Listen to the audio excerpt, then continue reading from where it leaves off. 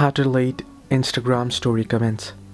Hello everybody, welcome back to my channel. This is me Pipin Misnet, and today I'll guide you on how you can delete Instagram story comments. Well, the process itself is actually pretty simple and pretty easy, so let me guide you through.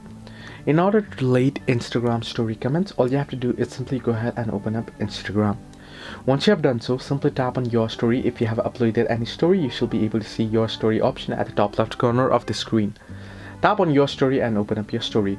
Now I don't have any comments here on the story, but in case as anyone has commented on your story on Instagram, simply tap on activity option at the top bottom left, and then you should be able to see the comments at the very top.